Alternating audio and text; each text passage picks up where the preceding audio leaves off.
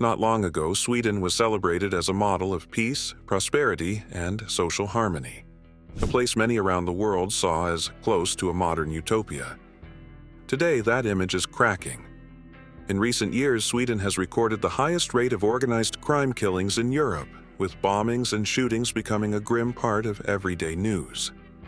How did a nation once admired for safety and tolerance arrive at this point of crisis?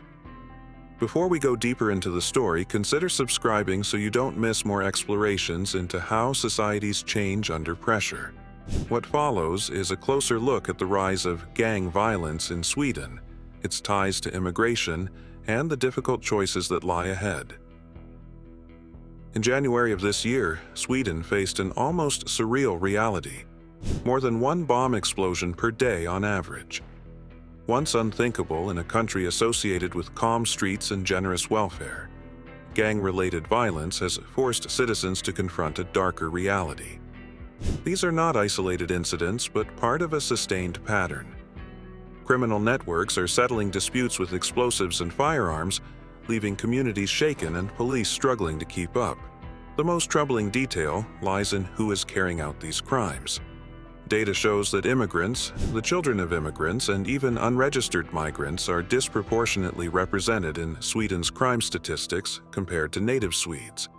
This imbalance has sparked heated debates not only in Sweden but across neighboring countries. Danish Justice Minister Peter Hummelgaard has even warned that child soldiers are being recruited by gangs to attack rivals, a phrase that sounds exaggerated until you see the statistics on youth crime. It reveals a chilling truth.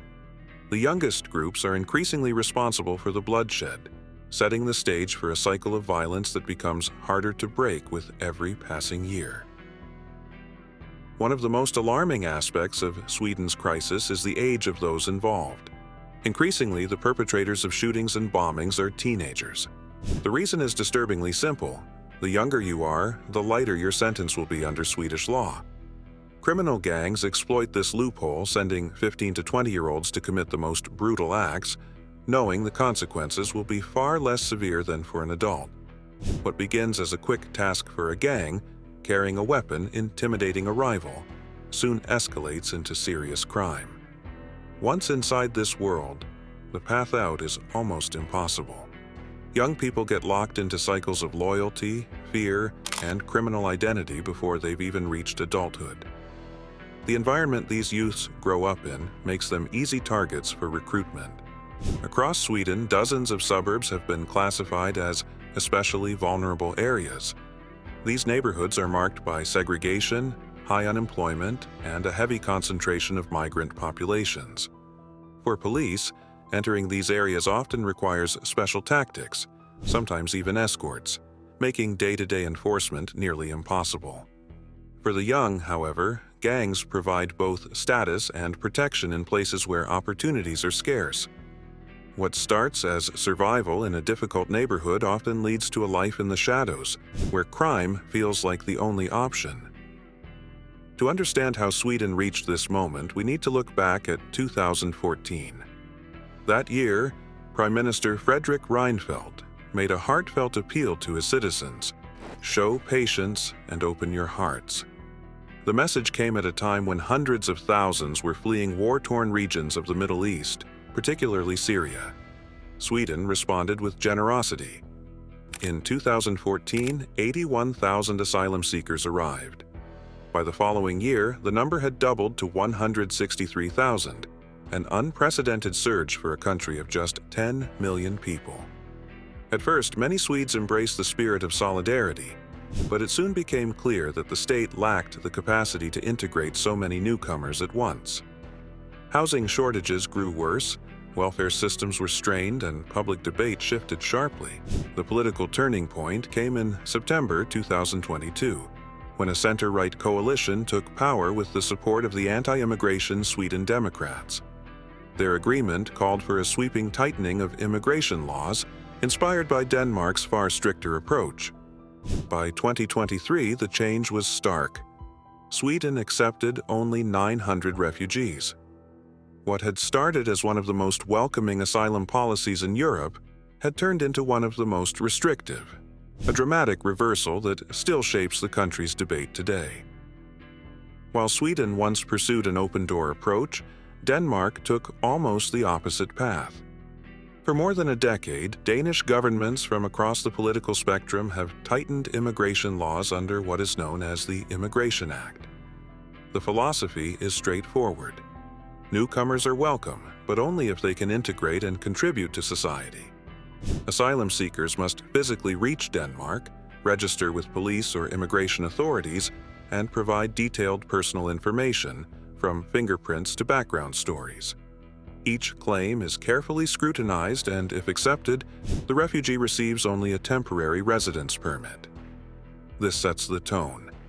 Asylum is a possibility, but it comes with strict conditions. Denmark's model doesn't end with acceptance. New arrivals are placed in municipalities where they sign integration contracts, attend mandatory programs, and are expected to learn the language.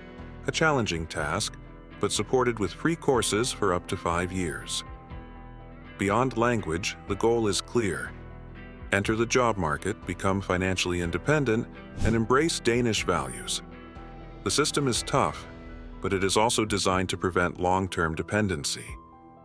Sweden, after years of struggling with rapid arrivals and limited integration, is now borrowing heavily from this Danish playbook in the hope of turning a mounting crisis into a sustainable future. For many newcomers, integration into the labor market has been slow and uneven. Even after 10 years in Sweden, only about 65 to 70% of humanitarian migrants are employed, compared to nearly 97% of native Swedes. In the early years, dependence on welfare is widespread, creating significant pressure on public finances. In 2016, the estimated costs of refugee reception, including housing, education, and welfare, reached $6 billion, around 1.35% of GDP. This financial strain has fueled public frustration and reshaped political debate. A chronic lack of affordable housing has deepened the challenge. Municipalities across Sweden report shortages, and the average wait for a rental apartment is close to 9 years. In Stockholm, queues for rent-controlled flats can last more than a decade. Refugees often end up in overcrowded, segregated neighborhoods where opportunities to integrate are scarce. These conditions have not only made daily life difficult, but also provided fertile ground for criminal networks to recruit vulnerable youths. Swedish police have identified 61 neighborhoods as especially vulnerable areas. While the media often brand them no-go zones, that description exaggerates the danger. Ordinary residents move about safely, but for police and ambulances, entry can be risky, sometimes requiring escorts. The real issue is segregation. Many districts are dominated by migrant communities where unemployment is high, Swedish is rarely spoken, and connections to wider society are weak. Such conditions make it easier for gangs to recruit young people, but crime is not the whole story. Most immigrants do not end up in gangs. Instead, many contribute as doctors, bus drivers, and cleaners, roles Sweden cannot function without. Still, the concentration of poverty and exclusion in certain enclaves fuels the perception that immigration and crime are inseparable, creating a tension that overshadows the everyday contributions of the majority. Sweden's willingness to open its heart brought undeniable humanitarian value, but it also revealed the limits of generosity without preparation. When hundreds of thousands arrive in a short span, public services strain, housing collapses under demand, and social cohesion weakens. Segregated neighborhoods emerge, creating pockets where integration stalls and criminal groups step in to fill the gaps. For critics, these outcomes prove that good intentions alone are not enough to sustain a functioning society. Yet the other side of the story is just as important. Immigrants form a vital part of Sweden's workforce, especially in healthcare, transport, and cleaning services. In hospitals, nearly 1/3 of doctors are foreign-born, and in elderly care, migrants make up a substantial share of staff. Without this workforce, Sweden would face crippling shortages in essential services. Migration has brought strain, but it has also provided resilience in sectors that keep society running. The truth is not simple failure or success, but a fragile balance between the two. Sweden's story is one of contrasts. A nation once admired for its openness and stability now finds itself grappling with bombings, shootings, and entrenched segregation. At the same time, it continues to rely on migrants to power its hospitals, care for its elderly, and keep essential services running. This dual reality of crime and contribution, of generosity and strain, makes Sweden both a warning and a lesson. The past decade shows that compassion alone cannot hold a society together. Generosity must be matched with the capacity to integrate newcomers, provide housing, and ensure opportunities. Without this balance, open hearts risk being overwhelmed. Sweden's future will depend on how well it can learn from its past, blending kindness with pragmatism, openness with order. For other nations watching, the question is not whether to welcome migrants, but how to do so in a way that sustains both them and the societies they enter.